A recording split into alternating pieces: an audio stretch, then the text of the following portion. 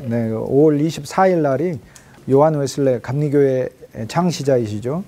감리교회 창시자 요한 웨슬레 선생님 회심 주간이라 감리교회에서는 그런 걸 기념하는 집회가 많이 있습니다. 원래 요한 웨슬레 선생님이 이제 우리가 회심이다 이렇게 부르는데, 그렇죠, 회심이죠. 그런데 요한 웨슬레 선생님의 회심은 여러 면에서 의미가 있는데, 그분은 목사님이에요. 근데 목사님이 회심한 거예요. 이거는 우리가 정말 깨달아야 돼요. 많은 목사들은 자기가 더 회심해야 된다는 사실을 모르고 있어요. 그런데 그거를 발견한 분이 요한 웨슬레 선생님이에요. 요한 웨슬레 선생님은 신부님이죠. 성공의 신부님이죠. 성공의 신부였는데 목회자로서의 자기의 사명을, 목사로서의 자기 사명을 새롭게 발견하게 됐는데, 사실 목사직을 수행을 했고 목사로서 사역도 했고 또 많은 배움도 가지고 있고 옥스퍼드에서 신학도 공부하고 그랬어요. 그런데 그리스도 안에서 한번 다시 태어났어요. 이것이 웨슬레 선생님의 회심 체험의 위대한 점이에요. 그런데 웨슬레 선생님이 회심 체험을 할 때 1738년 5월 24일 날, 1738년 5월 24일 날 이제 저녁 8시 45분에 회심 체험을 하고 그거를 자기의 일기에 그날 와서 적습니다. 밤에 자기 전에. 그런데 그 며칠 어간의 일기를 보면 이제 자기 인생에서 목회 사역을 실패하고 처참한 상태에 있는, 영적 파산을 한 상태에서 그때 하나님의 은혜를 새롭게 찾습니다. 찾는데 여기에서 참 좋은 게 하나가 있었죠. 좋은 태도가, 영적으로 승리와 충만과 기쁨과 평강을 누리는 사람에게 그 비결이 무엇이 있는가를 알아보고 싶었어요. 이것이 웨슬레 선생님이 첫째 한 좋은 시도였습니다. 그가 지식이 부족했던 것만은 아니었어요. 그에게 있어서는 내가 그리스도 안에서 나의 믿음이 산 믿음인가를 다시 한번 점검하는 계기가 됐죠. 우리는 웨슬레 선생님을 우리 삶에서 우리가 재현을 하면 우리도 웨슬레처럼 됩니다. 우리 인생에 우리가 상상할 수 없는 사람들에게 그리스도 예수의 은혜와 사랑과 생명을 우리는 정말로 전해줄 수가 있죠. 웨슬레 선생님의 체험의 두 번째 측면은 뭐냐면, 루터의 로마서 주석 서문을 읽고 있을 때 회심 사건을 경험했어요. 그 웨슬레 선생님이 참석한 성경 공부 모임은 웨슬레 선생님이 인도하는 모임이 아니에요. 웨슬레 선생님이 자기가 그 성경 공부 안에서 다른 사람들의 나눔을 듣는 모임에 참석을 했어요. 그 마음이 원래는 웨슬레 선생님은 굉장히 지식이 있었기 때문에 모든 인간은 다 마음이 높아져 있죠. 웨슬레 선생님 스스로 고백을 해요. 높아져 있었죠. 그러나 처참한 실패를 통해, 목회의 실패, 미국의 이민 목회 실패를 통해 그의 마음이 낮아질 대로 낮아졌어요. 우리는 환경을 통해서 하나님 우리를 낮추잖아요. 그럼 우리 마음 낮아져요. 그런데 그때 하나 알아야 될 건, 환경이 우리 마음을 낮추었기 때문에 낮아져 있으면 환경이 다시 개선되면 우리 마음 또 올라가요. 또 교만. 예를 들어서 어떤 사람이 하나님께서 경제적인 어려움을 주었어요. 그럼 그 사람 마음이 낮아지게 돼 있어요. 돈이 없으니까 여러 면에 있어서 뭐 없는 사람 똑같이 깔보고 그럴 수는 없는 거예요. 자기도 없으니까. 그런데 그 마음이 그리스도 예수 안에서 새로 주님이 주시는 낮아지는 마음으로 조성되지 않으면 그 사람은 돈을 다시 얻게 되면 마음이 높아지게 돼 있어요. 그러니까 웨슬레 선생님에게 좋은 점은 하나님이 환경을 주셔서 그를 실패하게 하셨는데 이 실패를 자기 삶에 적용을 한 거예요. 자기 마음을 하나님이 낮추셨는데 거기서 한 번 더 낮아졌어요. 그리스도 예수 안에서 내가 새로운 진리를 어떻게 발견할 수 있지? 라고 하면서 낮아졌는데, 그가 찾아가서 조언을 구한 사람들은 사실 영국에 있어서는 무슨 옥스퍼드 대학을 나오고 하는 그런 유명한 사람들이 아니에요. 세공장이, 그리고 장사하는 사람, 그러니까 또 가난한 이 간의 수공업을 하는 사람, 그 사람들의 성경 공부 모임에 간 것이죠. 물론 그 사람들은 영적으로는 대단히 강한 사람이었죠. 이 독일에 있는 모라비안 교도들, 경건주의 운동의 지도자인 진젠도르프 백작의 그 신앙을 그대로 교육받은 사람들이기 때문에 영이 굉장히 강하고 어떤 환경에 있어서나 그 심중이 흔들리지 않는 사람이에요. 웨슬레 선생님이 그럼에도 불구하고 나는 옥스퍼드 출신인데 내가 저 사람들한테 어떻게 가서 배우지? 한 그런 마음을 갖지 않았다는 게 제가 생각할 땐 굉장히 놀라운, 하나님이 낮추신 것을 수용한 것 같아요. 그래서 그는 그의 체험을 통해 그리스도 안에서 자기의 낮아진 마음을 아예 그리스도 안에다가 우리의 마음이 닷을 그리스도에다가 대듯, 닷을 그리스도에다가 대면 배의 닷을 그리스도 안에다가 대버리면 우리의 마음이 흔들리지 않잖아요. 교만의 파도가 더 높아지지 않잖아요. 그리스도에 매여 있으니까. 그래서 그 시간 이후로, 그 회심 체험 순간 이후로 웨슬레 선생님은 마음을 정말 낮춰두기 시작을 했어요. 정말로 낮춰뒀어요, 마음을. 이 사건은 하나님이 우리에게 주시는 여러 교훈이 있는데, 우리에게 하나님이 실패를 주실 때 우리는 이걸 진짜 할렐루야 아멘 해야 될 필요가 있어요. 내 마음은 본성적으로 너무 높아요.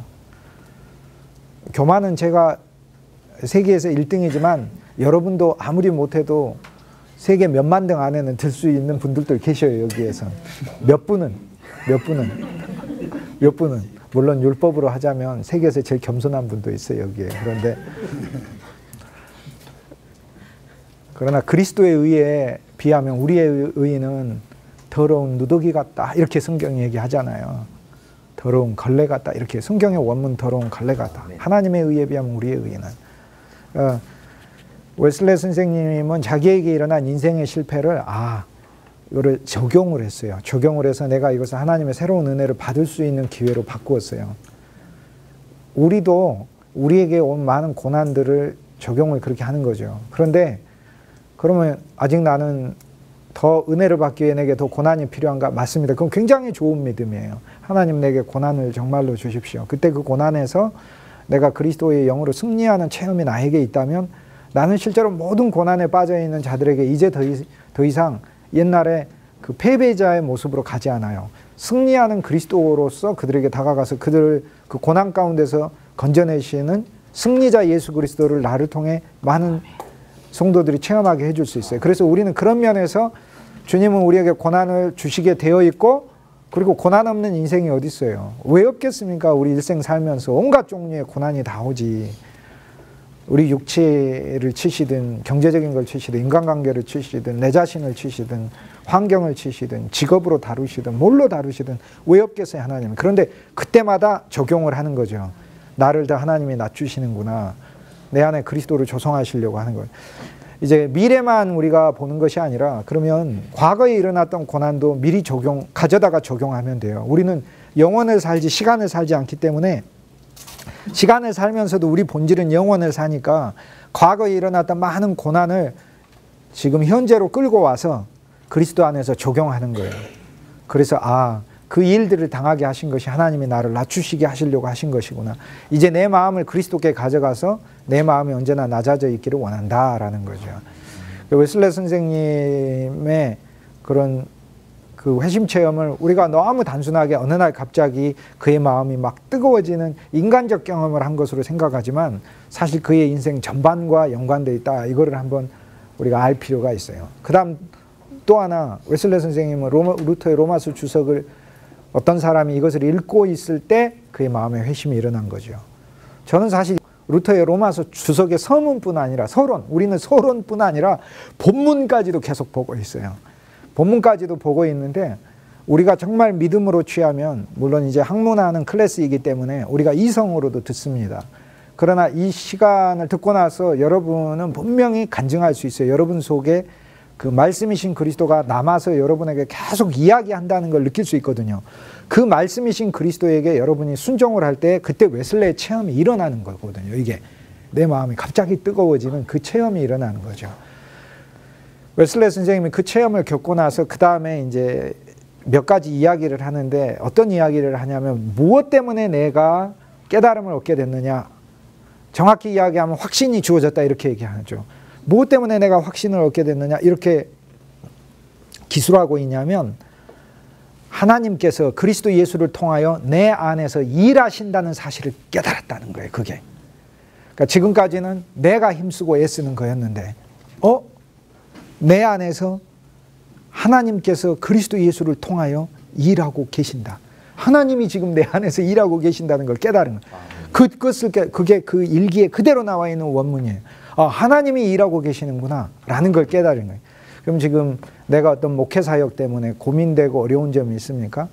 그러면 주님, 내가 참 열심히 하는데요, 하나님 나를 도와주십시오 라고 우리가 기도하는 건 굉장히 높은 기도이고 좋은 기도예요. 그런데 웨슬레 선생님의 관점에서 기도를 하자면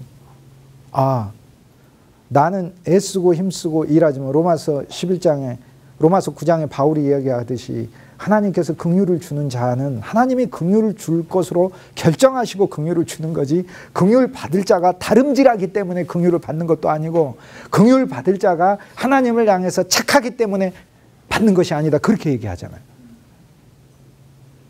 그러니까 하나님의 긍휼은 그렇지 않다. 하나님의 긍휼을 우리의 다름질로 얻을 수 있는 것이 아니라는 거예요. 그러므로 내 사역에서 하나님이 일하시고 계시는구나, 하나님이 일하시고 계신다는 사실을 내가 발견하고, 그 하나님의 일하심에 감사하는 마음으로 내가 가득한 게 이게 웨슬레가 가지는 체험의 현대적인 적용이다, 이렇게 얘기를 할 수 있는 거예요. 그게 그래서 우리는 요한 웨슬레 선생님이 다 될 수 있습니다. 요한 웨슬레 선생님은 이제 그 뒤로 설교를 하러 다니게 되는데, 설교하는 곳에서 대부분 쫓겨납니다. 그리고 웨슬레 선생님 일기에 보면 재밌는 게 나와요. 오늘 성 안나 교회 가서 설교를 했다. 근데 이 교회에 내가 처음으로 와서 설교했다. 그런데 분명히 오늘 설교가 이 교회의 마지막 설교가 될 것이다, 그렇게 얘기해요. 안 불러요. 다시는 실제로 안 불러요. 그리고 그에게 설교 정지가 떨어집니다.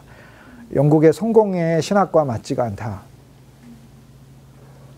당신은 좀 틀린 것 같다. 그래서 웨슬레 선생님에게 위필드가 조언을 주죠. 들판으로 나가서 그냥 들에 있는 사람들에게 설교하십시오. 처음에는 망설였어요. 그래서 그거를 자기 동생과 가족에게 이야기를 했더니 몇몇은 반대하는 거예요, 친구들이. 그 너무 우습지 않습니까? 그냥 길거리 나가서 사람들에게 설교하다니요. 저는 한 면에서 되게 감사해요. 왜냐하면 예를 들어 집회들이 있어서 하나님 말씀을 전할 수 있는 기회를 하나님 주시니까. 근데 주시지 않아도 괜찮아요. 어떨 때는 우리 아이 붙잡고 계속해서 이야기해서 도망가 버리더라고요, 미치려고. 그래서 언제 주로 이야기하냐면 자동차 타고 갈 때 뛰어내릴 수가 없으니까. 뛰어내릴 수가 없으니까. 그런데 웨슬레 선생의 마음에는 전하지 않으면 안 되는 이 불타는 게 이제 생겨난 거죠. 이제 그거를 보면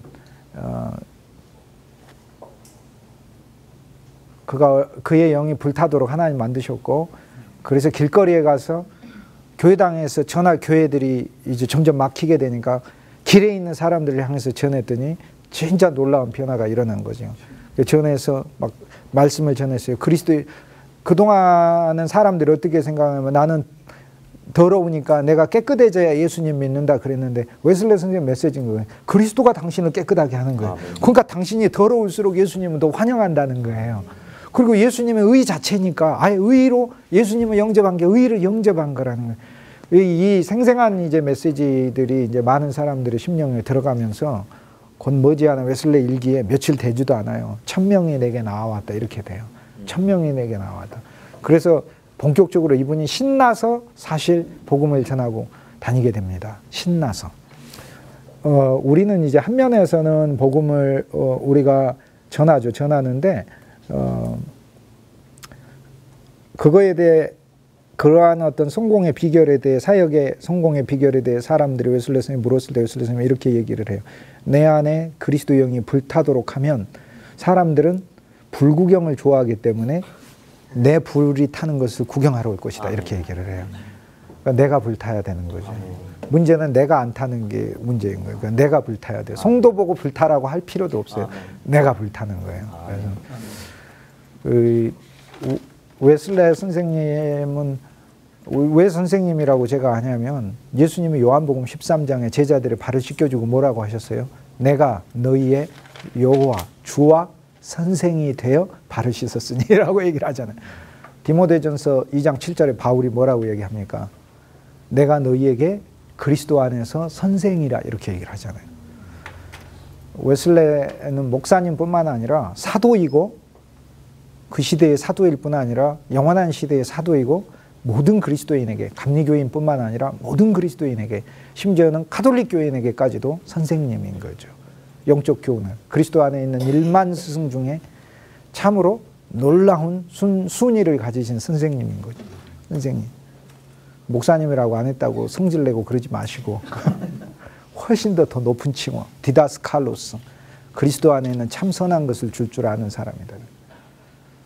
웨슬레이의 그 나이가 한 2살쯤 됐을 때 그의 집에 불이 나가지고 웨슬레가 이제 그 살아남게 됩니다.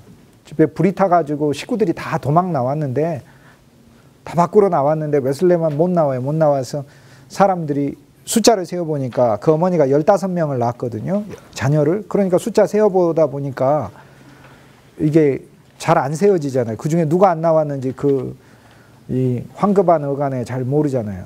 그래서 존이 빠졌구나. 존 웨슬레니까 존이 빠졌구나. 또 2층 창문에 얼음얼음 조그만 아이가 그 연기 속에서 얼음얼음. 그래서 사람들이 이 계단은 이미 나무로 돼 있어서 2층으로 올라가는 계단 불이 타서 사람들이 사다리를 만들어서 요한 웨슬레를 거기에서 끄집어냅니다. 이렇게 인간 사다리를 만들어서. 그 다음에 그의 어머니가 요한 웨슬레에게 붙여주는 별명이 있어요. 불에서 그슬린 나무 토막이다 라고 불려요. 너는 불에서 꺼낸 나무 토막이다 이렇게 불러요. 근데 이거를 그 어머니가 별명을 붙여주는데 이게 놀라운 거예요. 왜 놀라운 거냐면은 스가랴서 3장 2절 성경 기절이에요. 스가랴서 3장 2절을 그의 어머니가 스가랴서 3장 2절의 기초에서 자기 자녀에게 영적 별명을 붙여줄 정도로 이분이 이렇게 성경에 뛰어난 분인 거. 그 어머니가. 전 그게 놀라요. 스가랴서 3장 2절이 이 구절이에요. 사탄이 예루살렘을 참소해요. 이스라엘 백성을.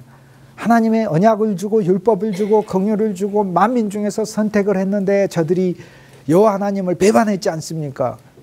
그러니까 하나님 저들을 심판해버리고 없애십시오라고 계속 참소를 하죠. 그러면 하나님이 거기에 충동에 넘어가가지고 우리는 누가 와서 이렇게 충동하냐. 그 인간 진짜 나쁜 놈 아니야. 그러고 하면 속으로 굉장히 쾌재를 부르면서 맞아. 그 인간 진짜 나쁜 놈이야. 좀만 더 해줘. 막 이러면서 생각이 나고 잠시 후에 내 마음속에도 진짜 어떻게 막 해버려? 이런 생각이 막 나오죠. 사탄이 하나님을 참소하는 이유가 거기서요.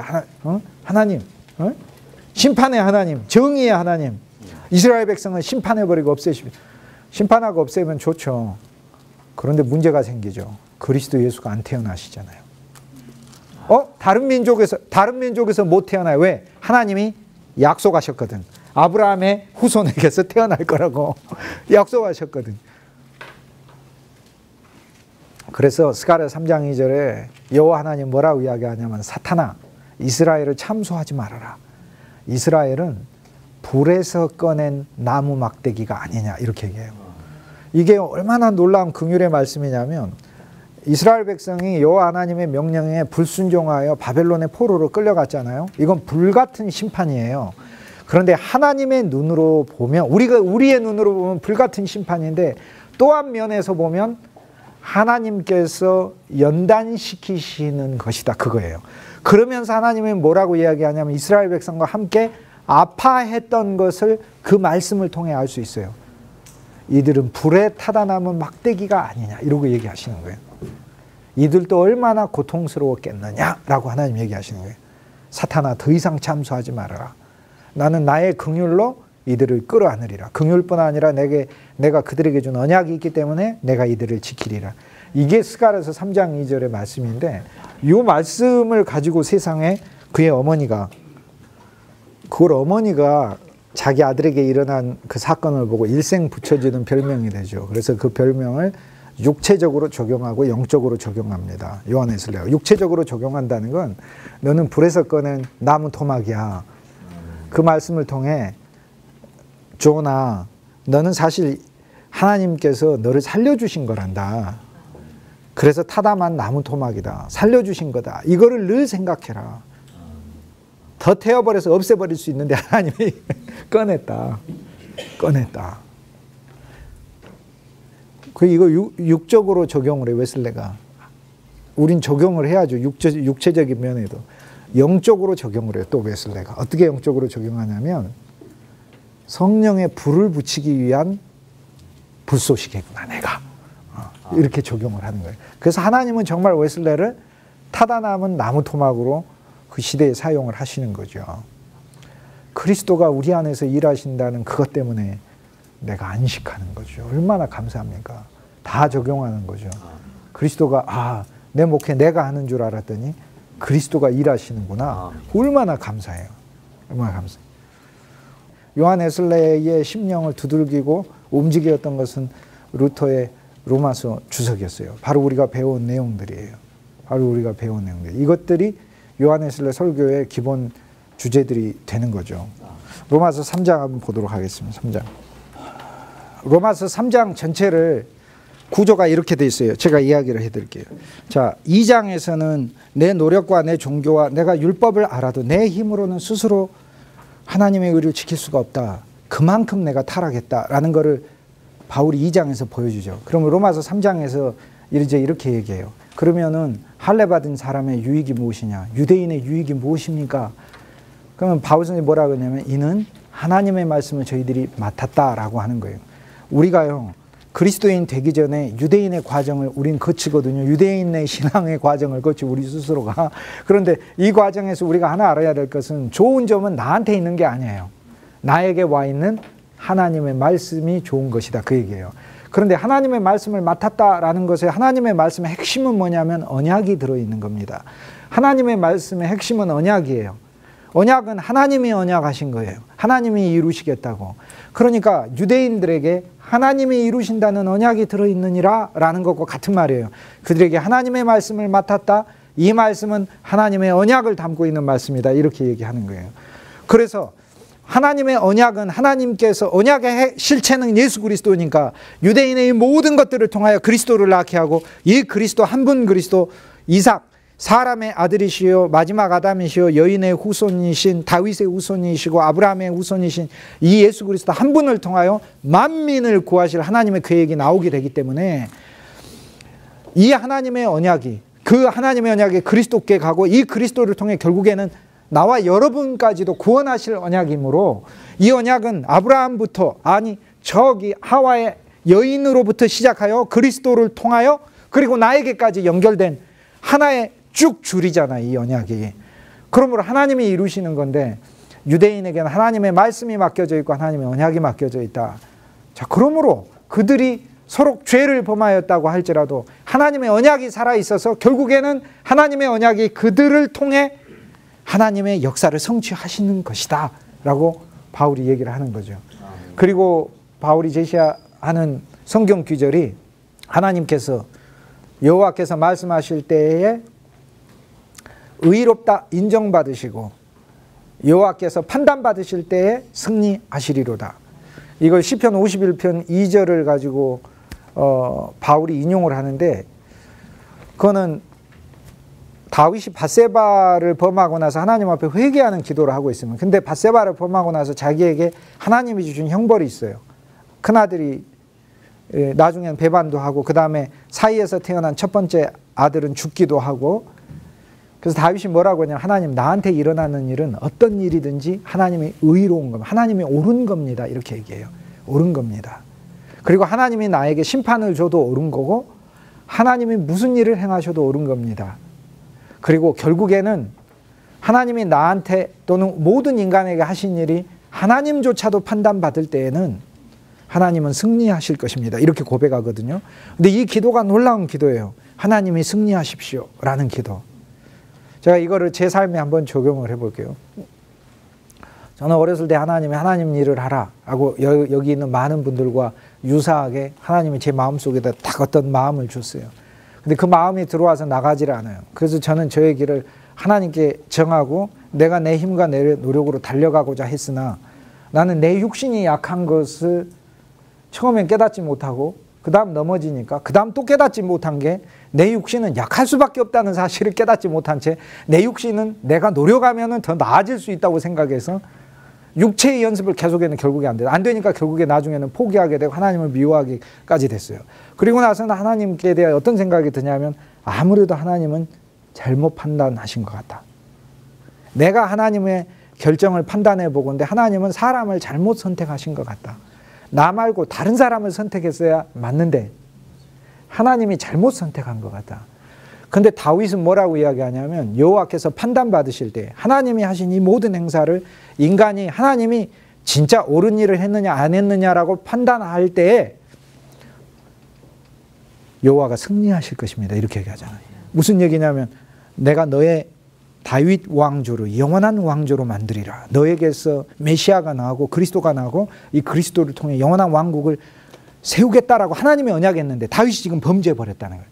그러니까 다윗은 뭐라고 얘기하냐면 하나님이 날 심판해서 날 없앤다 하더라도 하나님은 옳으신 거고, 그런데 하나님이 이기실 거 아닙니까? 이 상황을 나는 패배했는데 언약을 주시고 언약을 반드시 성취하실 여호와는 이기실 것이기 때문에 하나님의 뜻이 나를 통해 이루어질 것이다 라는 그 기도가 다윗의 그 고백 속에 들어있는 거죠. 그래서 저는 하나님이 옳다, 나를 부르신 하나님은 옳았다는 얘기를 반드시 나한테도 고백을 들으실 거예요. 그거를 저는 알아요.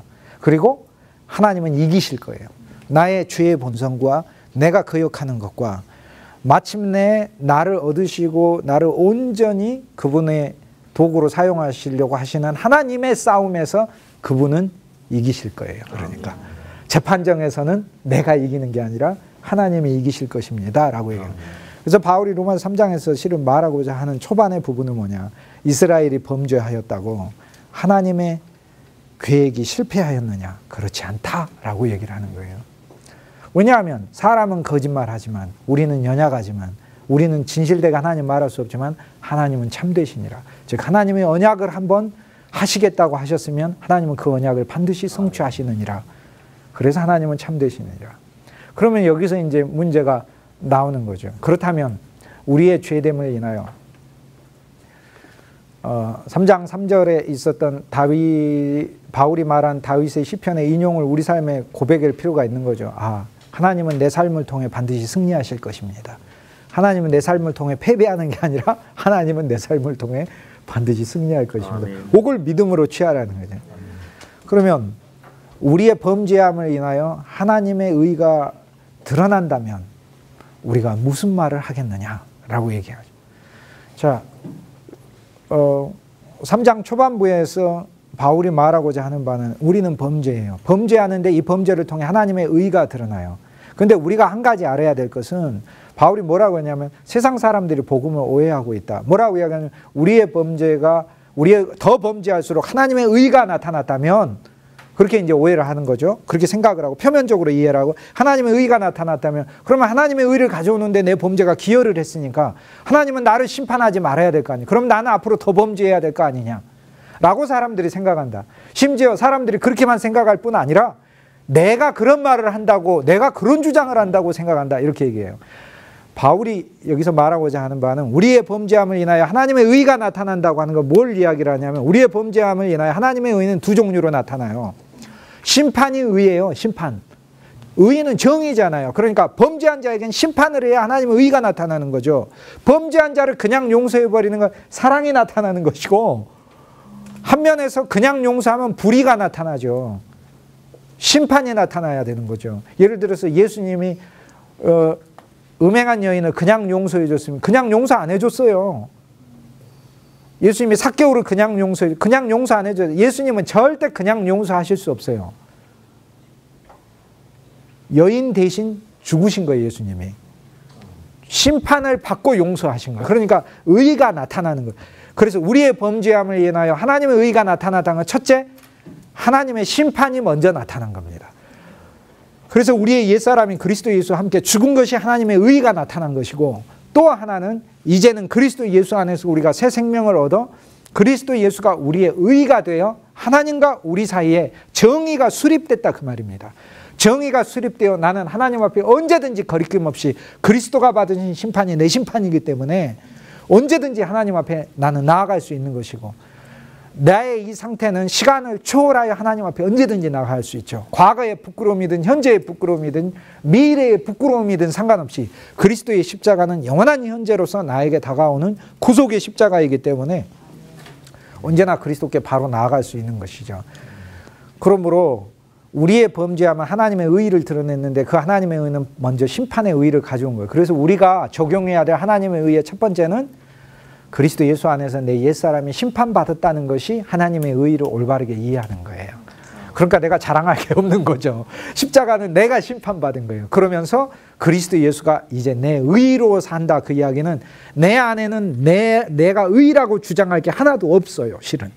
실은 내가 착한 일을 해도 의가 아니에요. 그리스도만이 내 의예요.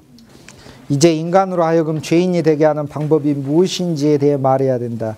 이것은 위에서 6번째 줄, 자연적인 것이 아니다. 자연적인 것은 자연이 아니라 본성적인 것이 아니라 본성적인 방법으로 사람은 죄인이 되지 않는다. 이미 죄인이기 때문이다.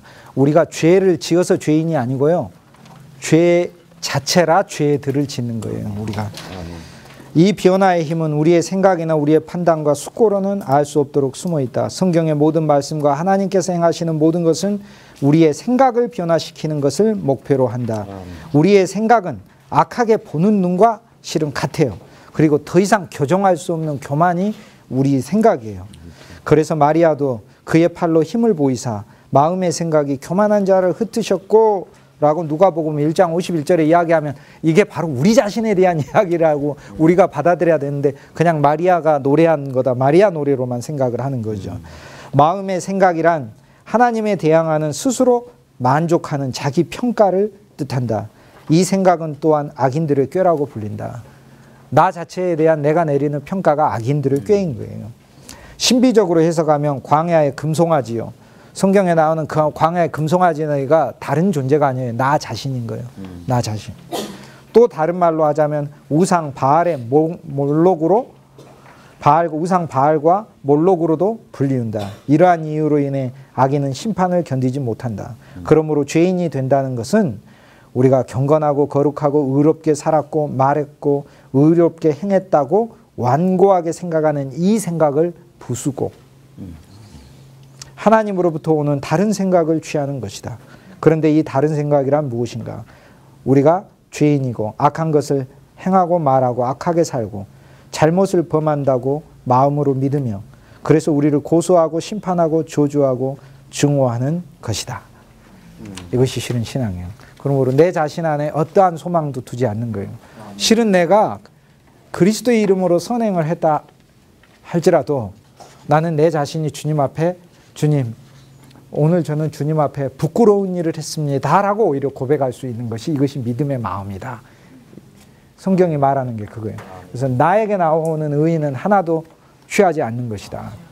3장 초반에 그래서 바울이 말하는 건 우리의 범죄함을 인하여 하나님의 의의가 나타났다면 야, 내가 범죄를 지었으니까 하나님 용서가 바로 온 것이 아니고 그 중간 단계가 있죠. 내가 그리스도와 함께 죽어버렸어요. 그러므로 하나님의 심판이 나에게 온 거예요. 그러므로 나는 내 육체 자체는 심판받은 존재로 사는 거예요. 내 육체 자체가 쓸모있기 위해서는 죽을 육체에 생명을 주시리라. 그 말씀에 의기하여 내 육체에 예수 그리스도의 생명이 들어올 때만 내 육체는 쓸모가 있는 거예요. 그러니까 내 육체로 행하는 모든 일들에 대해서 나는 신뢰를 둘 필요가 없는 거죠. 그 육체에 그리스도의 생명이 넘치기만 나는 소망할 뿐인 거고. 이제 그러면은 우리는 모든 일을 행하지 말아야 되는, 아니죠. 믿음을 적용하는 거예요. 우리는 무슨 일을 하고 이 일들 가운데 내 의가 없었는지를 주님 앞에 살펴보고 그 일들을 행하면서 내 마음이 높아지지 않았는지 주님께 돌이키고 그 일들 가운데 그리스도의 생명이 함께 임했기를 기도한다, 그 얘기입니다. 그러니까 계명을 바로 내가 지키고 내 혼자 노력으로 하는 그 모든 삶에서 나는 이제 떠났어요. 심지어는 그러니까 믿음으로 하지 않은 모든 것이 죄다라는 걸 이제 우리가 이해할 수 있어요. 우리가 밥을 먹을 때 그리스도 예수 안에서 실은 감사와 기쁨으로 먹지 않으면 그냥 밥 먹는 행위도 이제 믿음의 사람에게는 죄인이 되는 거예요. 야, 그 정도가 죄인. 맞습니다. 이제 우리의 신앙이 점점 깊어지면 깊어질수록 그리스도를 떠난 모든 것이 죄라는 것을 이제 더 인식하게 되는 거죠. 이스라엘 백성들이 애굽에서 살 때는 애굽에 있는 모든 좋은 것들을 먹고 여호와 하나님께 거역하고 애굽의 상추와 야채와 부추를 그리워하고 애굽의 신들을 섬기는 게 죄였는데 모세 정도의 영적 수준이 되면 지팡이로 2번 땅을 친 것도 큰 죄가 돼요. 이게 영원히 가나안 땅에 들어가지 못할 정도로. 우리의 영적 수준이 더 깊어지면 깊어질수록 우리 안에 마지막까지 남아있는 내 자신에 대한 소망을 이렇게 그리스도 안에서 그리스도가 끊어주시도록 가는 것. 그러므로 결국에 우리는 언제나 내 자신 안에서는 하나도 사실 선한 게 없고 나의 모든 선은 그리스도뿐이라는 그 믿음 아래서 사는 거지. 이게 루터가 말하는 믿음이죠.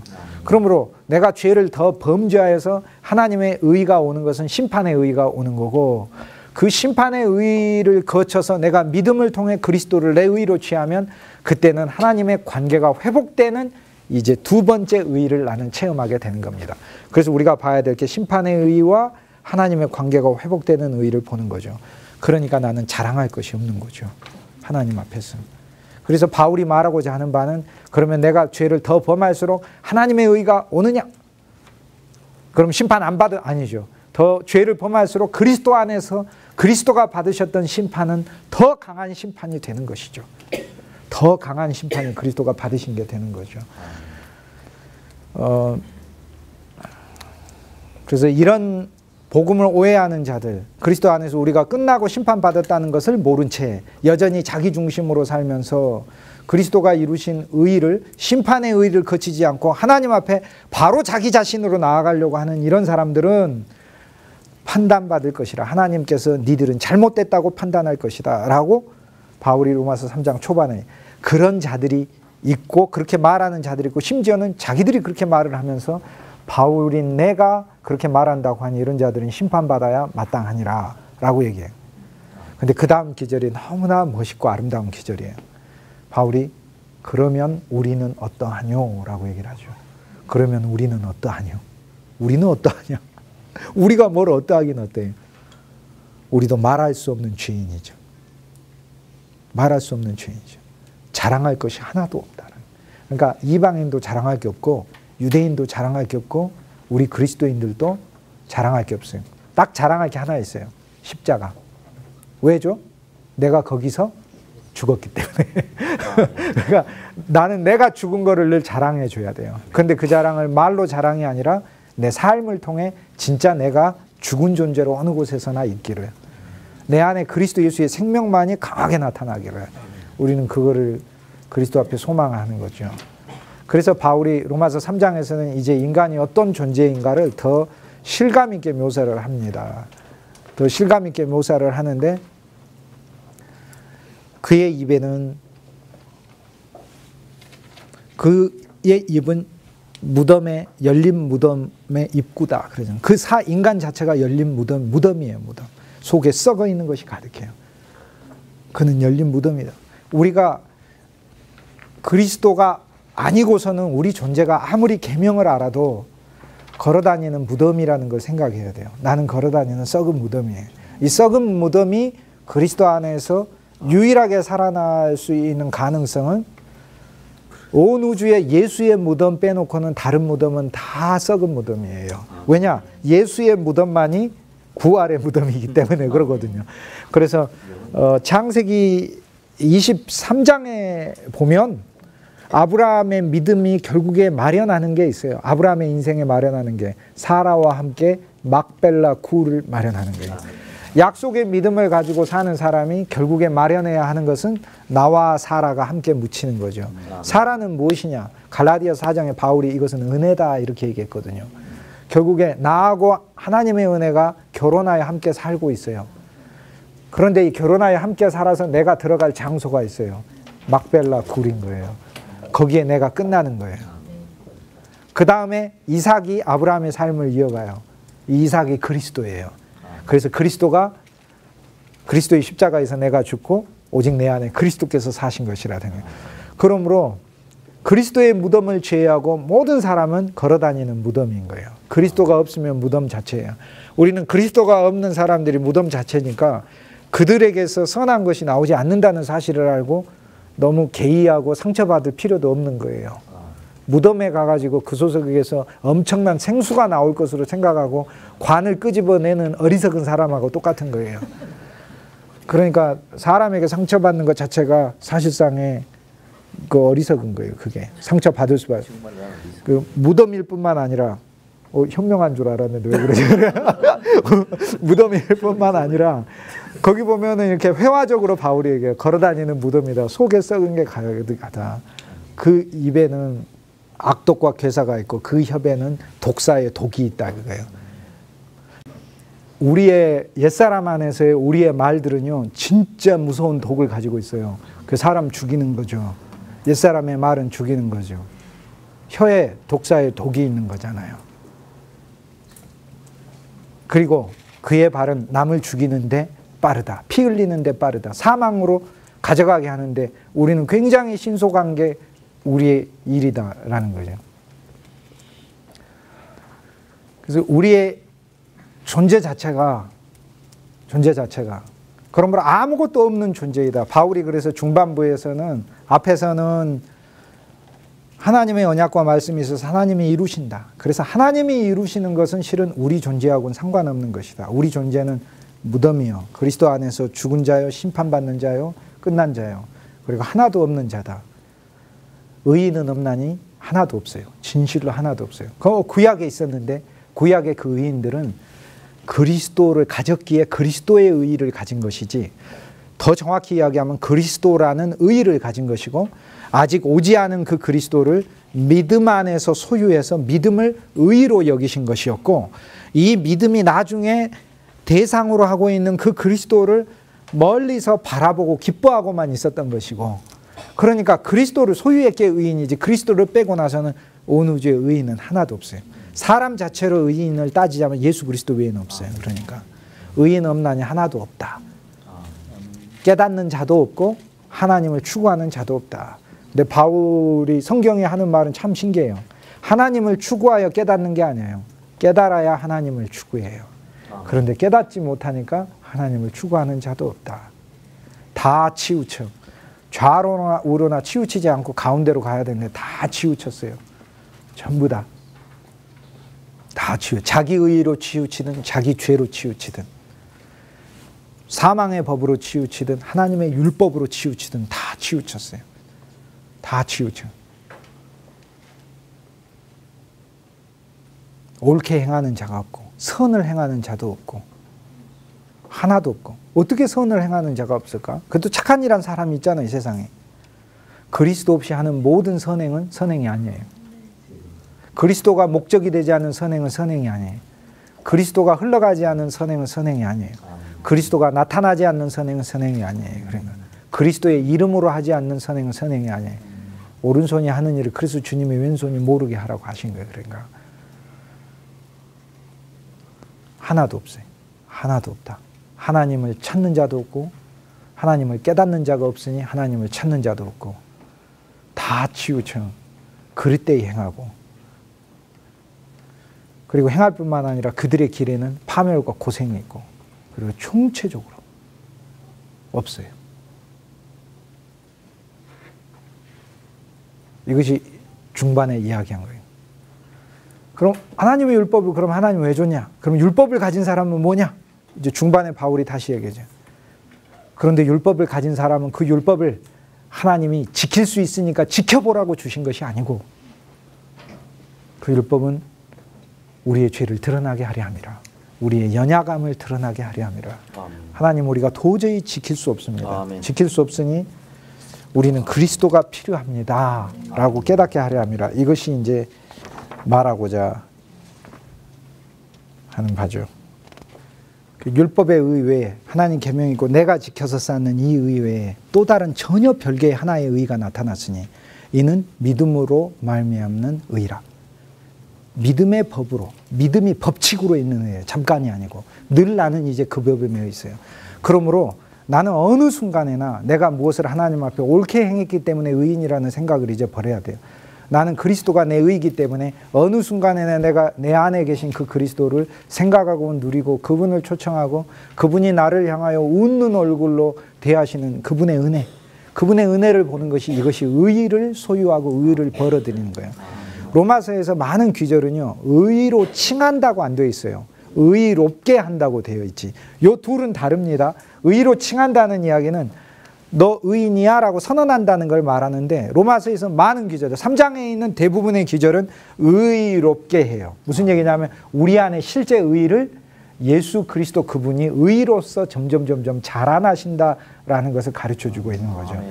그러니까 믿음이라는 것은 뭐가 믿음이냐면은 사실 내 안에 계신 그 그리스도 예수와의 교통 자체가 믿음인 거죠. 그것이 내 의죠. 주님이 내 의입니다 라는 이 고백 안에 우리는 그분의 의를 이미 누리고 있는 거죠. 근데 이 의가 그래서 율법에서 나오는 의가 아니라 율법으로 말미암지 않는 의니 이는 곧 예수 그리스도의 믿음을 통하여 그리스도의 믿음을 통하여 모든 사람들에게 미치는 의라 이렇게 돼 있어요. 자, 내가 그 의로 가는 게 아니고요.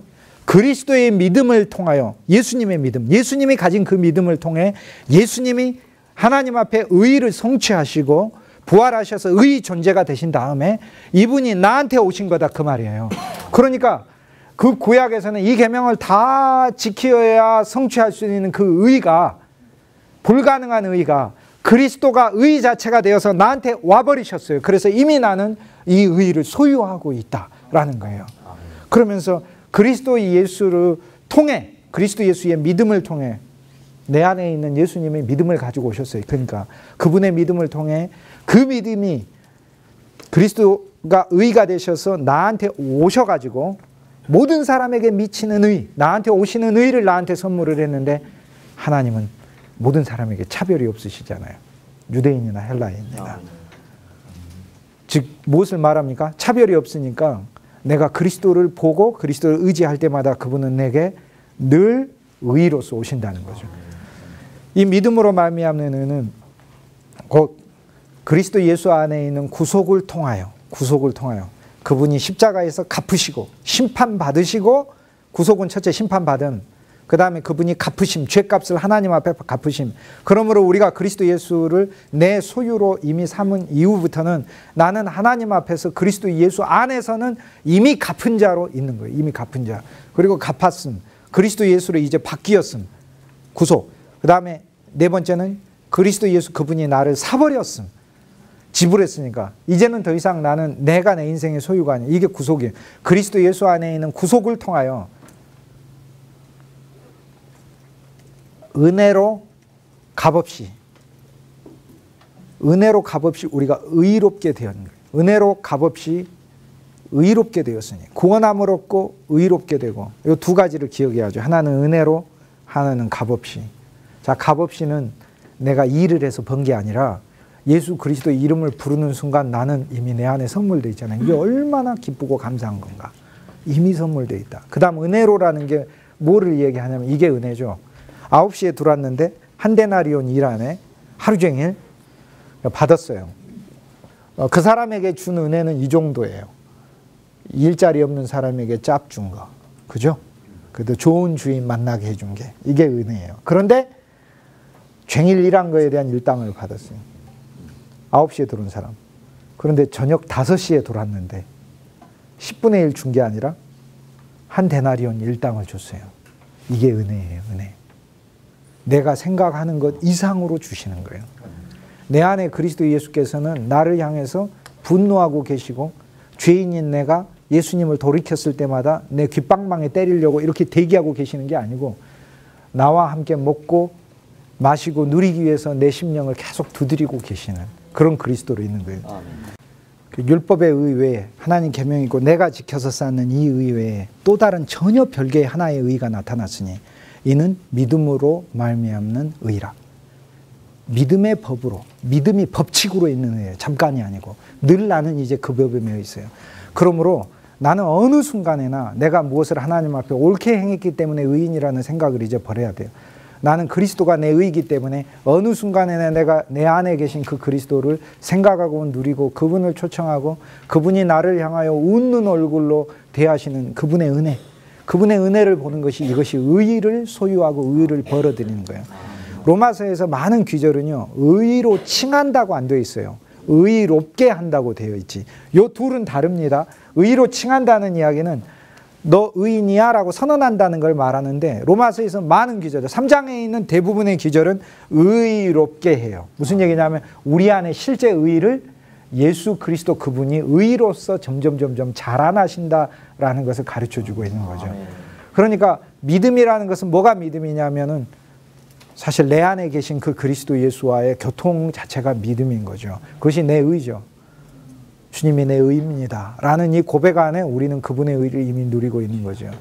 근데 이 의가 그래서 율법에서 나오는 의가 아니라 율법으로 말미암지 않는 의니 이는 곧 예수 그리스도의 믿음을 통하여 그리스도의 믿음을 통하여 모든 사람들에게 미치는 의라 이렇게 돼 있어요. 자, 내가 그 의로 가는 게 아니고요. 그리스도의 믿음을 통하여 예수님의 믿음, 예수님이 가진 그 믿음을 통해 예수님이 하나님 앞에 의를 성취하시고 부활하셔서 의 존재가 되신 다음에 이분이 나한테 오신 거다 그 말이에요. 그러니까 그 구약에서는 이 계명을 다 지켜야 성취할 수 있는 그 의가 불가능한 의가 그리스도가 의 자체가 되어서 나한테 와버리셨어요. 그래서 이미 나는 이 의를 소유하고 있다라는 거예요. 그러면서 그리스도 예수를 통해 그리스도 예수의 믿음을 통해 내 안에 있는 예수님의 믿음을 가지고 오셨어요. 그러니까 그분의 믿음을 통해 그 믿음이 그리스도가 의가 되셔서 나한테 오셔가지고 모든 사람에게 미치는 의, 나한테 오시는 의를 나한테 선물을 했는데 하나님은 모든 사람에게 차별이 없으시잖아요. 유대인이나 헬라인이나. 즉 무엇을 말합니까? 차별이 없으니까 내가 그리스도를 보고 그리스도를 의지할 때마다 그분은 내게 늘 의로서 오신다는 거죠. 이 믿음으로 말미암는 의는 곧 그리스도 예수 안에 있는 구속을 통하여 그분이 십자가에서 갚으시고 심판받으시고 구속은 첫째 심판받은 그 다음에 그분이 갚으심, 죄값을 하나님 앞에 갚으심. 그러므로 우리가 그리스도 예수를 내 소유로 이미 삼은 이후부터는 나는 하나님 앞에서 그리스도 예수 안에서는 이미 갚은 자로 있는 거예요. 이미 갚은 자. 그리고 갚았음. 그리스도 예수로 이제 바뀌었음. 구속. 그 다음에 네 번째는 그리스도 예수 그분이 나를 사버렸음. 지불했으니까 이제는 더 이상 나는 내가 내 인생의 소유가 아니야. 이게 구속이에요. 그리스도 예수 안에 있는 구속을 통하여 은혜로 값없이 우리가 의롭게 되었는 거예요. 은혜로 값없이 의롭게 되었으니 구원함을 얻고 의롭게 되고 이 두 가지를 기억해야죠. 하나는 은혜로, 하나는 값없이. 자, 값없이는 내가 일을 해서 번 게 아니라 예수 그리스도 이름을 부르는 순간 나는 이미 내 안에 선물되어 있잖아요. 이게 얼마나 기쁘고 감사한 건가. 이미 선물되어 있다. 그 다음 은혜로라는 게 뭐를 얘기하냐면 이게 은혜죠. 9시에 들어왔는데 한 데나리온 일 안에 하루 종일 받았어요. 그 사람에게 준 은혜는 이 정도예요. 일자리 없는 사람에게 짭 준 거. 그죠?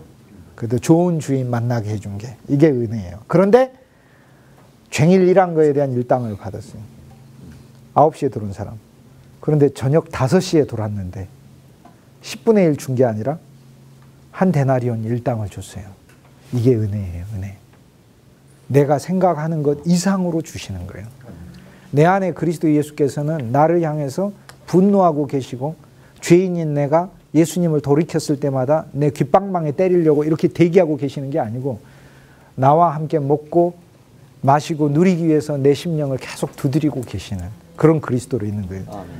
맨 마지막 페이지에 보면 그러면 죄 자체였던 저희가 이제 의 자체가 됐다고 보는 놀라운 질문인데요. 중간 과정이 있어요. 죄 자체인 우리가 그리스도가 우리 의 자체가 되셔요. 율법의 행위에 협력 없이를 의미하는 것과 마찬가지로 믿음도 그가 어디에서 누구를 통해서 이야기하든 그리스도의 모든 말씀을 포함한다. 그러므로 우리는 우리 생각에 고집스럽게 머물지 않도록 우리가 반대하고 믿지 않는 자가 그리스도가 아니기를 최대한 조심해야 한다. 우리는 그리스도께서 언제 어디서 누구를 통해 우리에게 이야기하는지 모르기 때문에 거의 항상 우리는 어떤 곳에서든지 그리스도께서 어떤 시간에 어떤 곳에서 어떤 방법으로 어떤 사람을 통해 우리가 생각하지 못한 장소와 방법으로 늘 그리스도께서는 우리에게 말씀하고 계신 이제 우리 눈이 그렇게 바뀌어버린 거예요. 지금 현재 우리가 눈이 그렇게 바뀌었어요. 그 자신이 다음과 같이 말씀하시는 것처럼 말이다. 바람이 임의로 불매 내가 그 소리는 들어도 어디서 와서 어디로 가는지 알지 못하나니 라는 말씀과 같다. 즉 그리스도는 우리 가까이 그리고 우리 안에 계시는데 낯선 모습으로 계신다. 영광의 모습이 아니라 겸손하고 부드러운 모습으로 계신다. 그래서 그가 그리스도가 아니라고 생각할 수도 있다. 그럼에도 그는 실제로 그리스도이다 라는 거예요. 그리스도가 우리 안에 너무 작고 겸손하고 연약한 모습으로 있어서 우리가 그분을 너무 무시하고 있어요. 빨리 기적을 일으켜. 빨리 표적. 그래야 내가 너를 믿지. 그리스도는 사실 우리 안에.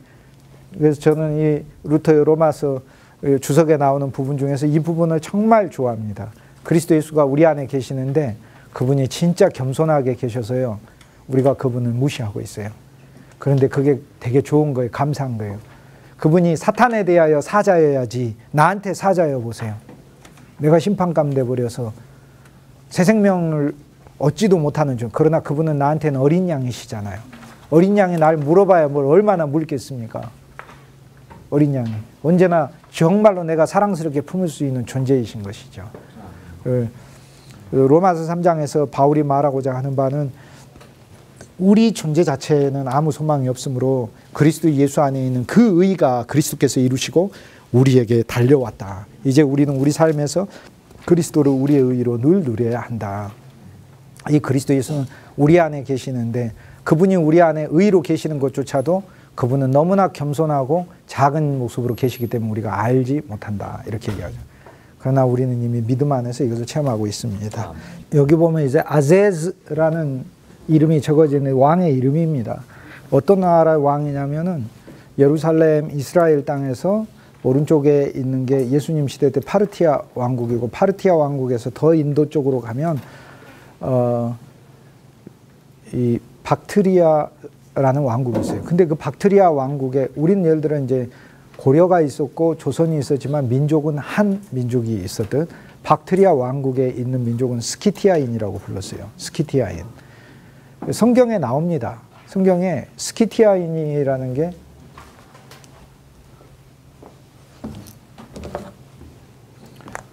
그리스도 예수 안에서 유대인이나 이방인이나 야만인이나 스키티아인이나 다 하나이니라. 갈라디아서 3장에서 나오는 그 스키티아인이 나오는데 이 스키티아인을 일부 이제 성서학자들이 해석을 할 때 가장 야만적인 사람 이렇게 해석을 해요. 그런데 가장 야만적인 사람이라는 게 저는 이제 역사학자로서 이렇게 보면 말이 좀 안 맞아요. 뭐가 제일 야만적이라는 얘기인데 다 야만적이지 않나요? 가장 야만적인. 그래서 고대 역사 기록에 보면 물론 스키티아인은 야만적이다. 유목민 중에서 아주 싸우기를 좋아하고 잔인하다 이런 기록이 있긴 한데 스키티아인과 헬라인이 만나서 헬라인은 소크라테스 자랑하고 플라톤 자랑하고 또 좋은 건축 기술들 지혜들 자랑하고 막 이러잖아요. 그런데 옛날에 페르시아하고도 싸웠던 거 이긴 거 자랑하기도 하고 그런데 헬라인하고 스키티아인이 만나가지고 대화하는 중에 그렇게 얘기했어요. 헬라인이 막 자랑을 했어요. 스키티아에는 우리 헬라의 그런 철학자도 없고 뭐도 없고 그러지 않느냐. 그러니까 스키티아인이 뭐라고 이야기하냐면 맞다. 우린 그런 건 없다. 그런데 감사하게도 너 같은 인간도 없다. 이렇게 얘기를 했어요. 그러니까 그 대화가 실제 나와요. 너 같은 인간도 없다. 되게 감사하다. 그런데 이제 스키티아인을 기독교 역사에 있어서는 동방박사의 세 사람이 있습니다. 멜키오르, 발타사르, 카스파르라는 게 동방박사 이름입니다. 성경엔 세 사람이 나오질 않습니다. 몇 명인지 나오지 않고 선물이 세 개라고 나오지 동방박사들이라고 나옵니다. 동쪽에서 박사들이 왔다. 그러니까 이들이 이제 길게 가보면 박사라는 단어가 다니엘서에 한번 사용이 되거든요. 그 쭉 올라가 보면 마구스라는 단어가. 그래서 다니엘이 남잖아요. 이 페르시아에 계속 바벨론에서도 남고 페르시아에서도 중직을 맡으면서 남으면서 그곳에서 지금식으로 하면 대학의 총장이 되는 거죠. 연신원장이라고 할 수 있겠죠. 그래서 제자들을 길러내죠. 그런데 본인이 보았던 인자의 계시, 즉 유대인이 기다리던 메시아가 오는데 이 유대인이 기다린 메시아는 유대인에게만 구주가 아니라 온 세상의 구주가 될 것이다. 그럼 어떻게 아느냐? 나도 잘 모르는데 많은 사람을 의의 길로 인도할 자는 하늘의 별과 같이 빛나리라. 그래서 영적인 실제가 이루어지기 위해서는 눈에 보이는 표적이 나타나야 하는데 분명히 나중에 별이 동방에서 뜰 것이다. 아마 그렇게 얘기를 해줬겠죠. 해줬으니까 다니엘의 제자들이 계속해서 그 예언을 마음속에 갖고 기다리다가 마치 이스라엘 백성들이 메시아가 와야 율법의 심판을 받은 우리를 건져내어 새로운 믿음의 의로 우리에게 오실 거고 선지자들이 우리에게 선고했던 그 진노에서 우리를 벗어나게 하여 선지자들이 우리에게 또 다른 소망을 줬던, 우리 마음에 새 소망을 주고 사자와 어린 양이 함께 뛰노는 하나님 안에서의 낙원을 선물할 그 메시아를 기다려, 유대인도 기다리고 이방인도 기다렸죠. 그리스도 예수를. 그래서 유대인도 유대인의 징조로서 기다렸는데, 유대인의 징조는 베들레헴 유브라다에 너는 작지 아니하도다, 내게서 이스라엘의 목자가 나오리라, 이렇게 이제 기다렸고, 이방인들 중에서는 대표적으로 다니엘에게 교육받은 사람들이 별과 같이 많은 사람을 의의 길로 인도할 자, 즉 의 자체가 되셔서 우리 안에서 우리의 의의 안내자가 되셔서 우리를 의로 인도할 자가 되시니까 그게 실제니까, 그러면 실제를 위해서는 항상 표적이 있어야 되잖아요. 그리스도 예수께서 탄생하실 때 분명히 하늘의 별이, 큰 별이 나타날 것이다 라고 생각을 하고 보고 있었겠죠. 보고 있었겠죠. 그래서 어느 날 예수님의 탄생별이 뜬 겁니다.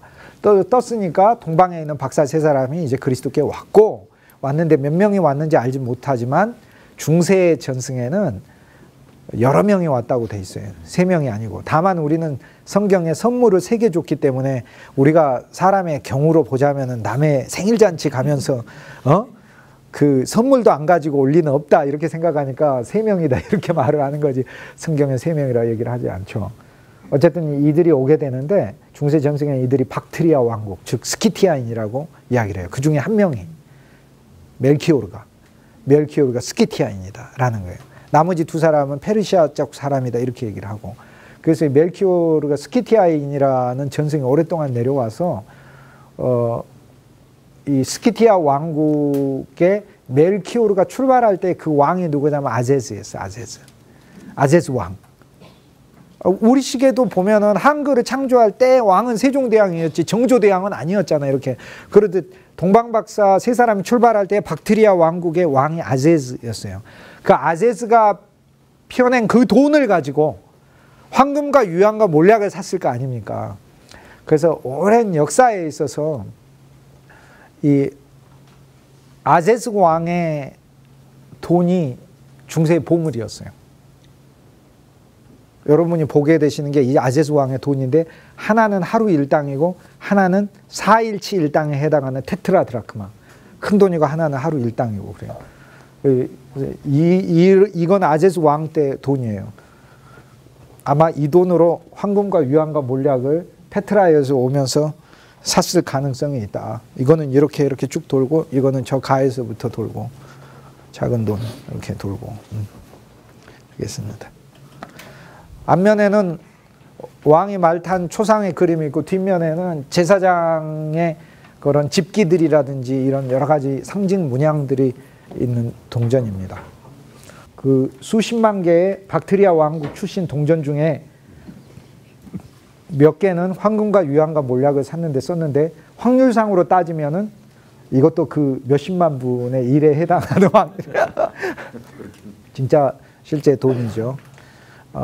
그래서 이제 성경에 있는 그 귀절을 어떻게 해석하냐면, 유대인은 율법으로 받은 자, 스키티아인이 맨 마지막에 나오거든요.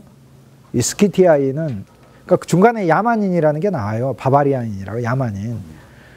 그런데 이제 야만인은 사실 이제 로마인이나 게르만족을 가리키는 거죠. 그런데 스키티아인이라 말한 거는 율법으로 그리스도 예수를 약속으로 받은 자든, 이방인으로서 계시를 통해 또는 교육을 통해 그리스도를 기다리던 자든 다 그리스도께 만나 그리스도 안에서 하나이니라 라고 이제 바울이 인간의 외적으로 보이는 그런 막 잔인하고 안 잔인하고 이런 차원의 말을 하는 것이 아니다. 이제 이렇게 볼 수도 있습니다. 하나님의 말씀을. 그래서 이 동전을 동방박사 동전이라고 부릅니다. 영어로 하면은 동방박사가 매자이라고 부릅니다. 매자에서 나오는 말이 매직이에요. 마술사들이 하는 걸 매직. 그래서 매직의 앞에 C를 끝에 C를 빼고 MIGI를 매자이라고 부릅니다. 고대말로. 영어로 매자이라고 부르고, 고대말로 하면 마구스라고 하죠. 마구스. 마귀 또는 마귀라고 이야기를 합니다. 마귀 말고요. 사탄 마귀 말고 마귀.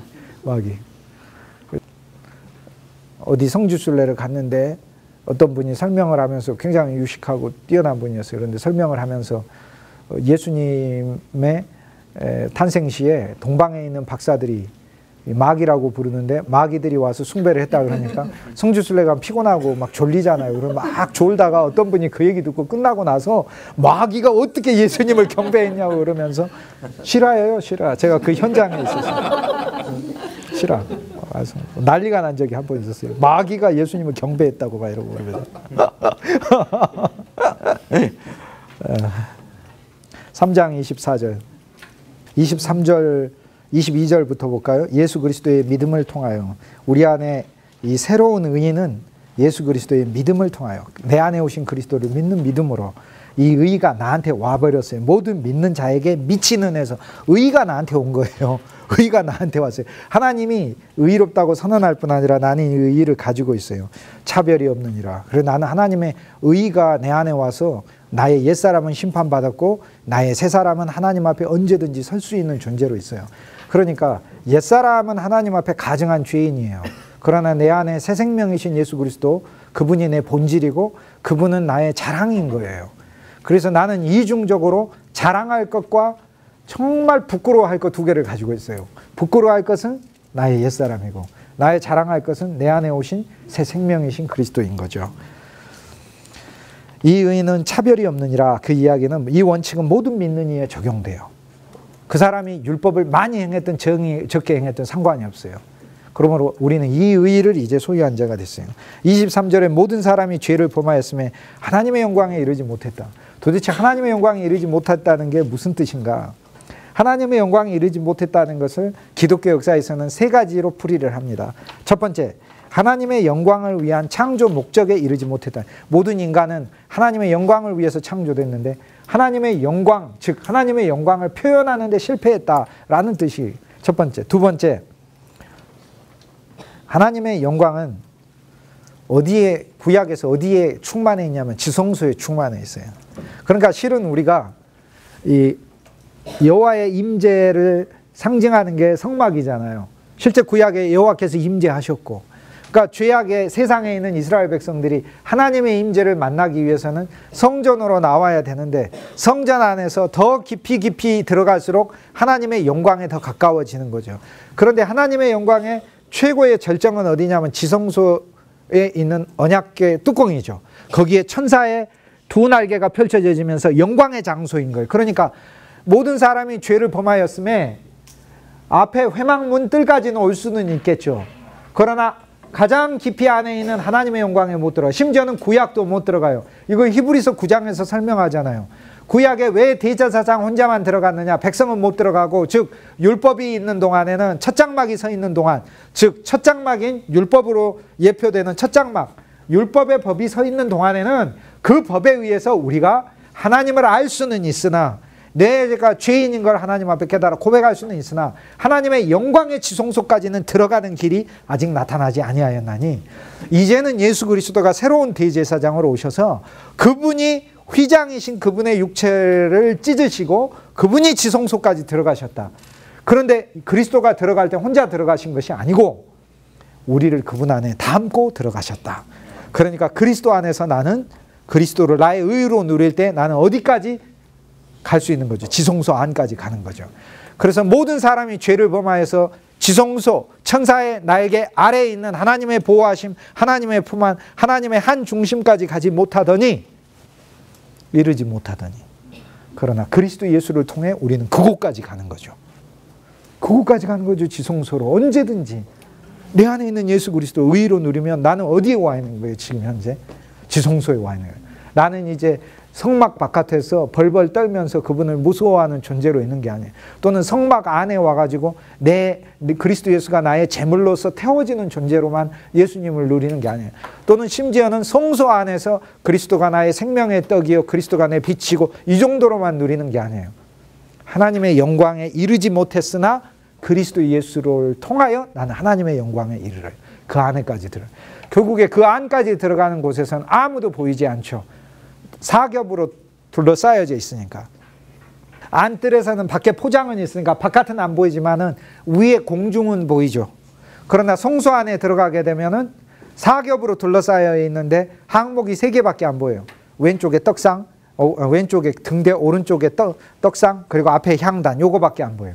그런데 휘장을 통과하여 더 들어가면 그것도 안 보여. 빛도 없으니까 아무것도 안 보여. 그것은 하나님밖에 안 보여요. 사겹으로 덮여 있어서. 즉 세상과 나는 간대없고 구속한 주만 보이는 더 깊은 영광의 장소로 간다 이 이야기죠. 모든 사람이 죄를 범하여 하나님의 영광에 이르지 못했는데, 바로 그곳까지 못하는데 그리스도 안에 있는 믿음의 의인은 우리를 어디까지 인도하시느냐? 지성소의 언약궤 뚜껑까지. 그게 그 다음 귀절인 거예요. 그 다음에 23절에 하나님의 영광에 이르지 못하다, 또 다른 의미는 하나님의 영광은 누구냐면 그리스도 예수가 하나님 영광 자체예요. 그분이 나타난 게 하나님 영광에 나타난 거예요. 그분의 삶은 하나님의 영광의 표현이었어요. 자체가. 그리스도를 소유한 게 우리는 하나님의 영광을 소유한 거예요. 영광은 하나님의 빛남을 가리키는 하나님의 속성을 의미를 해요. 하나님의 의는 하나님의 정의, 하나님의 정의는 하나님과의 관계를 설정하지만 하나님의 영광은 하나님의 명예와 관련이 되어 있고 하나님의 나타나심과 관련이 되는. 그러니까 그리스도 예수가 하나님의 영광 자체예요. 그러니까 하나님의 영광에 이르지 못했다는 것은 모든 사람이 범죄하여 그리스도와 같이 되지 못했다는 본질적 의미를 얘기해요.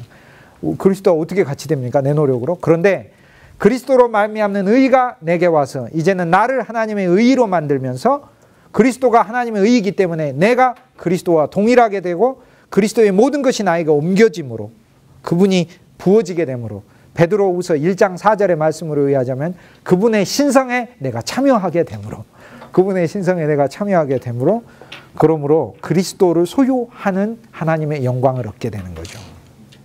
이것이 23절의 본뜻이고, 24절에 그리스도 예수 안에 있는 번제단의 구속으로 말미암아, 구속은 번제단에서 일어났는데 하나님의 은혜로서 값없이 의롭다 하심을 얻은 자가 되었고, 영광을 이르지 못한 존재가 첫째는 그리스도의 번제단 구속으로, 은혜로 값없이. 일생 동안 이 두 단어는 절대 잊어먹으면 안 됩니다. 은혜로 값없이, 은혜로 값없이. 4장에 가면 이걸 더 설명하거든요. 바울이 일하지 않는 자를 의롭다 하시는 이가 얼마나 놀랍냐라고 얘기해요. 내가 의를 벌기 위해서 율법의 일을 해야 하는데 그러지 않고도 의롭다 하시는 이가 얼마나. 그럼 그리스도의 방법은 무엇인가? 우리 머리에다가 사랑의 숯불을 쏟아 부어가지고 우리가 그분의 의를 우리 속에서 실천하지 않으면 안 되게끔 우리를 사랑에 빠지게 하시는 거예요. 이게 예수님의 방법이에요. 예수님은 이 방법을 우리가 사용하기를 원하셔요. 값없이, 은혜로.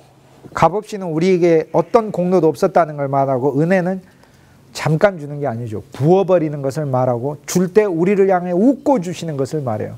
그러니까 우리에게 어떤 의의를 내세울 것이 없는데 단지 주 예수 그분을 의지하고 부른다는 이유 하나만으로 그분은 우리를 향해서 얼굴을 그렇게 보이시는 거죠. 그리고 25절에 보면 그리스도 예수 안에 있는, 24절은 구속, 이제 우리가 구속을 경험하죠. 25절은 그리스도 예수 안에 피, 이제 피를 믿는 믿음이 있어요. 그분의 피는 살아있는 피요, 그분의 피는 내 안에 뿌려진 피죠. 이 피를 통하여 우리는 그리스도 예수를 이제 무엇으로도 체험하냐 하면 화목 제물이 아니라 지성소 덮개예요. 힐라스테리온. 이 헬라어 원 단어는 힐라스테리온이라는 단어예요. 힐라스테리온.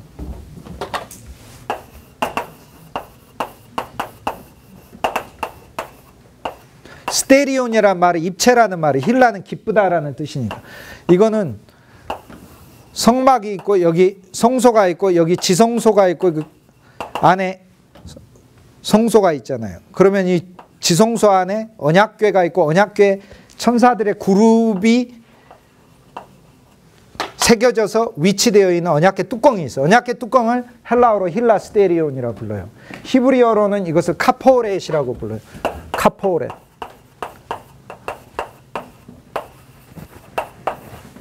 카포렛. 히브리어로는 카포렛, 헬라어로는 힐라스테리온이라. 카파르란 말은 덮다라는 뜻이에요. 그러니까 덮개라는 말인데 이것은 다 덮어지는 곳을 말해요. 우리의 모든 모습이 다 덮어져요. 그리스도에 의해서 덮어지는 곳이. 이제는 25절에서 그리스도 예수는 우리의 언약궤 뚜껑이 되셨어요. 그러므로 우리는 하나님의 영광의 위치까지 그리스도 예수 안에서 이르게 됐어요. 이렇게 되면서 25절 말씀이 사실 로마에서 가장 어려운 말씀 중에 하나예요. 이는 하나님께서 길이 참으심 안에서 전에 지은 죄를 간과하심을 통해 그의 의를 나타내려 하심이니 이렇게 되죠.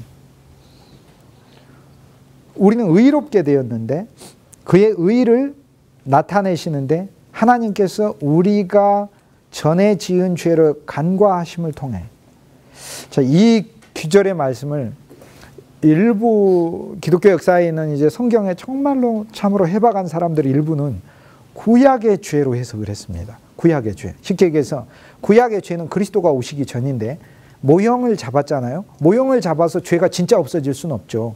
그럼 예수님 뭐하러 오십니까? 모형인데 온 우주에 그리스도 예수를 빼놓고는 죄를 없이 할 수 있는 게 없어요. 그러나 어린 양을 잡았을 때는 예수님께서 참 어린 양으로 세상에 오셔야 되니까 모형의 어린 양을 잡았을 때는 여호와 하나님이, 하나님 아버지가 참고 기다리신다 이 말이에요. 이 과거에 지은 죄가 그리스도에 의해서 다 실제로 갚아지기까지. 그러니까 그 이전에는 이것이 하나님의 길이 참고 지나치심을 통해 기다렸다라는 구약 유대인에게 해당되는 규절로 풀이하는 경우가 있어요. 그런데 더 깊게 읽으면은 루터라든지 일부 종교개혁자들은 우리에게 일어나는 우리의 지금까지의 죄를 의미하는 말로 씁니다. 지금까지 그리스도 예수를 만날 때마다 나의 모든 죄는 과거의 죄가 돼요. 나의 현재의 죄도 과거의 죄가 돼요. 내가 그리스도께 돌이킬 때마다 지난 죄가 돼요. 그래서 지난 죄를 하나님이 오래 참고 그동안 기다리셨었어요. 기다리셔서 그분의 그리스도 예수 안에 나타난 심판의 의와 우리와의 관계가 회복된 그분의 구원의 의를 동시에 나타내셨다. 그리스도 예수 안에 우리가 화목제물로 있기 때문에, 우리가 그분에 의해 덮여 있기 때문에, 그래서 이 부분을 두 번째 풀이는 우리의 지금까지의 죄로 풀이를 해요. 지금 23절부터 24절, 25절, 23절에 이르지 못했죠. 하나님의 영광에 이르지 못하고 24절에 그리스도 예수 안에는 번제단 구속을 이야기하죠. 25절에 그의 피의 믿음을 통해 이제 대제사장이 피를 가지고 지성소까지 들어와서 언약궤 뚜껑 위에 7번 피를 뿌리며 하나님의 영광에 만족을 하고 모든 백성의 대속죄를 성취하잖아요. 그런데 이 사건을 지금 바울이 설명하고 있는 겁니다. 현재 그리스도 예수 안에서 이게 일어났다는 거예요. 율법에서 온 백성들이 죄를 지었으나 송아지의 피를 통해 하나님 앞에 단순의 대제사장이 화목을 성취해내고 축복을 받아와가지고 백성한테 축복해 주던 것이 지금 예수 그리스도를 통해 성취됐다는 걸 말해주고 있는 거거든요. 그래서 이 규절은 우리가 번제단에서 구속을 통해요. 우리가 하나님 앞에 의를 얻었고 구속함을 받았죠. 번제단의 구속을 통해 하나님 앞에 의롭게 되었고, 그리고 그리스도가 대제사장이 되셔서 대제사장이 될 뿐 아니라 그분이 대제사장이시오, 그분이 성막이시오, 그분이 휘장 자체이시오. 휘장은 그의 육체니까 그분 자체가 심지어는 언약궤 뚜껑까지 되셔서 그분의 피를 통해 우리는 그분의 언약궤 뚜껑 대신 그리스도 예수까지 누리는데, 그리스도 예수께서 우리 자신을 그분 안에 포함시켜서 우리를 하나님의 영광까지 오게 될 때 대제사장은 무엇만 보고 앞을 나아가게 되냐면 하나님의 영광의 장소만 보고 나아가게 돼 있지, 오면서 자기가 더럽나 안 더럽나 옆에 뭐가 있나 없나 보지 않고 오는 거예요. 그래서 이 본문이 읽을 때마다 제가 느껴지는 건 뭘 느껴지냐면, 우리가 그리스도 예수를 번제단의 덮개로 누리면 누릴수록 나의 모든 죄들을 하나님께서 인내하심으로 그냥 지나치셔서 나를 데리고 지성소 뚜껑까지 오신다는 뜻으로 밖에 이해가 안 돼요. 그래서 우리는 그리스도 예수 안에 있으면 그분은 나를 향하여 언제나 이것을 현재적으로 실행하셔요. 나의 모든 죄들을 지나치심으로 나를 그리스도 예수 안에 지성소 뚜껑까지 데리고 오는 거예요. 그래서 로마서 3장이 세계에서 가장 놀라운 여행을 한 장이에요. 무덤이 언약궤 뚜껑에 와 있어요. 지금 현재 걸어다니는 무덤이 걸어다니는 그리스도의 언약궤 뚜껑 위에 있는 거예요. 그 과정에 나의 모든 죄들은 그리스도가 보지 않고 나를 담으시고 나의 죄를 보지 않고 지나치심으로.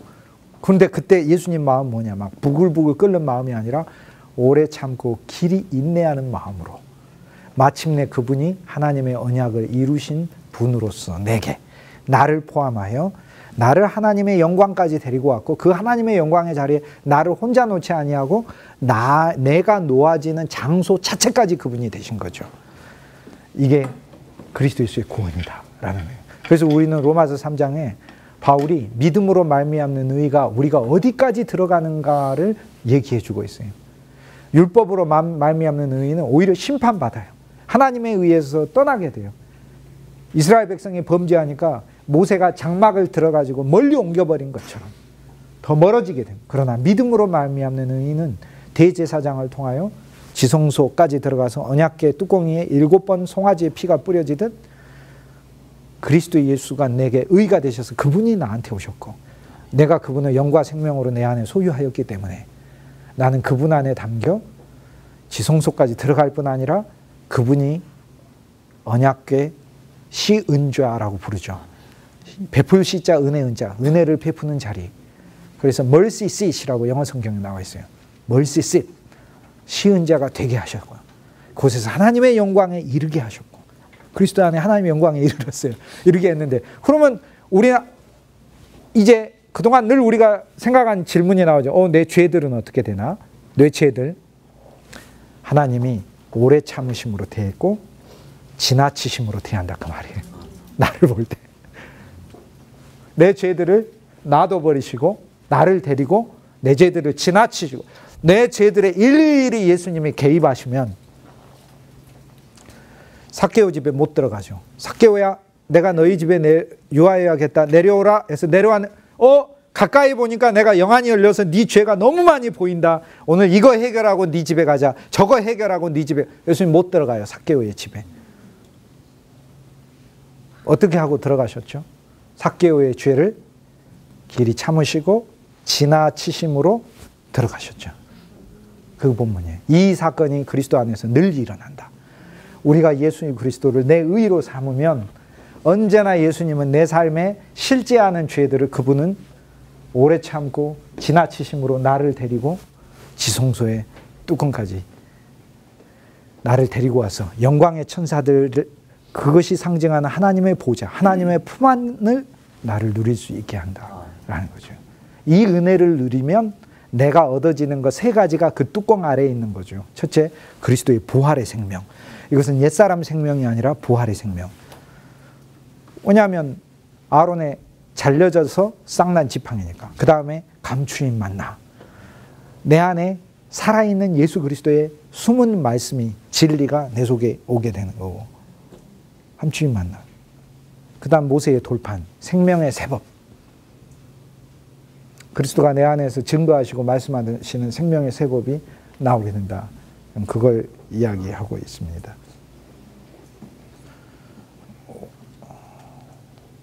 (3장 26절) 이때 자기의 의로우심을 나타내다사 자기도 의로우시고 또한 예수 믿는 자를 의롭다 하려가 아니고 의롭게 하려. 의롭다 하려 하고 의롭게 하려는 틀려요.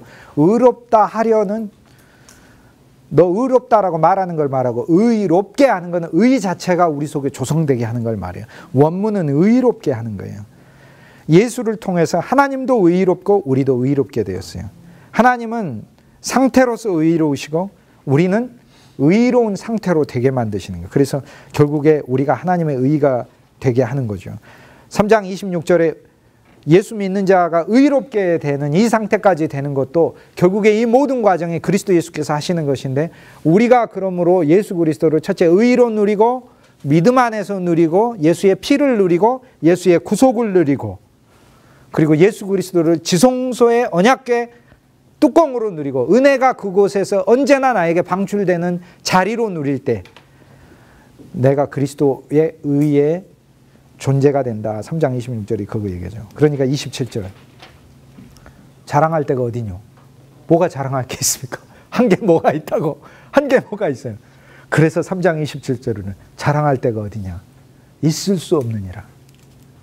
그러면 이런 상태에서 나의 행위가 어떤 선행을 행했다고 내가 자랑할 수 있습니까? 절대 할 수 없죠. 무슨 법으로냐? 행위로냐? 행위의 법이냐? 아니죠. 오직 믿음의 법이로나.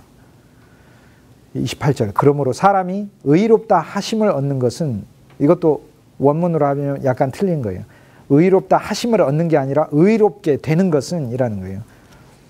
디카이우스타이라고 헬라어 원문 자체가 의롭게 되는 것. 사람이 그러니까 의 자체가 내 안에 실제가 되는 것은 율법의 행위에 있지 않고, 율법을 알고 이 율법을 내가 스스로 지킨다는 나의 노력 안에 있지 않고, 그리스도 예수가 내 안에 살아계신 분으로 계시기 때문에 믿음으로, 이분을 믿음으로, 이분이 하신다는 것을 믿음으로, 그분을 내 의로 누림으로, 그분의 보혈을 내가 누리고, 그분의 구속을 누리고, 그분을 하나님의 시은 자로 누림으로 우리는 그 가운데 내가 하나님의 의의 실제가 되는 줄 우리가 인정하노라. 쉽게 해서 여기노라. 여기서 우리의 여김이 필요해요. 우리가 그렇게 여겨야 돼요.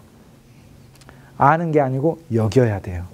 아, 내가 그리스도를 믿음으로 그분을 내 의로 여길수록 내 지성소로 누리고, 지성소에 있는 언약궤 뚜껑으로 내리고, 그분의 피를 누리고 그분의 구속을 누릴 때 그분의 의의를 나에게 다 부으셔서 내가 하나님의 의의가 되는구나. 그 존재까지 완성되는구나 라는 거죠. 29절에 하나님 홀로 유대인의 하나님 뿐이시뇨? 아니죠. 이방인의 하나님은 아니시뇨. 진실로 이방인의 하나님도 되시도다. 여기서 왜 유대인과 이방인 얘기냐면, 유대인은 무언가 행위로 한 게 있었잖아요. 그러나 행위와 한 것도 없이 이만큼 행했던 이방인처럼 아주 행하지 않았던, 하나님의 뜻을 잘 모르는 이방인이라 할지라도 그리스도 예수를 믿는 순간 지성소에 들어갑니다. 바로 이 놀라운 은혜와 축복이 있는 거죠. 다음 30절, 할례자는 그리스도의 믿음으로부터, 무할례자는 그리스도의 믿음을 통하여 의롭다 하실 때 하나님은 한 분이시니라. 3장 30절은 제가 다음 주에 설명하도록 하겠습니다. 이것은 약간 의미가 우리가 더 깊게 누려야 되는 부분이 있기 때문에 그렇습니다. 할례자와 무할례자가, 우린 현재 사실 할례자이면서 무할례자예요. 육신으로는 무할례자, 영안에서는 우리는 할례자이기도 하고, 영안에서 아직 무할례자 된 사람도 있어요. 주님을 믿되 율법으로만 믿고 자기 마음이 높아져서 나를 쳐버리시는 생명의 체험이 없는 경우가 있어요. 그거는 무할례자로 있어요. 그렇기 때문에 이럴 때 행함에 대해 문제에 대해 지금 바울이 이 기조를 통해서 이야기하고 있는데 약간 차이가 있다라는 걸 바울이 얘기하고 있어요. 그건 제가 다음 주에 더 쉽게 풀어서 말씀해 드리겠습니다. 31절에 그런즉 믿음으로 말미암아 율법을 폐하느냐? 결코 그럴 수 없다. 우리가 율법을 오히려 굳게 세운다. 왜냐? 모든 율법이 지향하는 바는 그리스도요. 그러므로 우리 속에 그리스도를 누리면 누릴수록 율법의 본 목적을 더 성취하는 것이다 라는 거 얘기하는 거예요. 그러니까 이것은 율법을 피하는 것이 아니다 라는 거예요. 오히려 율법을 지키는 것이다 라는 거예요. 오늘은 3장을 규절별로 보았는데, 타락한 나의 존재에겐 결코 소망이 없죠. 옛사람 안에서도 아주 능력이 엄청나죠. 그러나 그리스도 안에서 이것은 끝났잖아요. 십자가에 있는 구속을 통하여, 구속은 번제단에서 죽어버린 거잖아요. 예수님과 함께 예수님이 갚아버리고 예수님이 사버리시고 나를 끝내버리신 거잖아요. 그게 구속이잖아요. 구속을 통하여 우린 번제단에서 끝났을 뿐만 아니라 그의 피의 믿음을 통하여 그분 성소 안으로 들어가서 하나님의 영광에 이르는 지성소까지 내가 들어가게 되는데, 예수님을 내가 의로 매일 누릴 때마다 나의 죄들은 어떡하지? 나의 죄된 모습은 어떡하지? 그분이 나를 그 부분을 보지 않고 지나치고 관가하시는 이 놀라운 역사를 매일매일 나에게 해주시는 거죠. 70번에 7번씩도 해주죠. 영원의 영원까지 해준다는 그 얘기죠.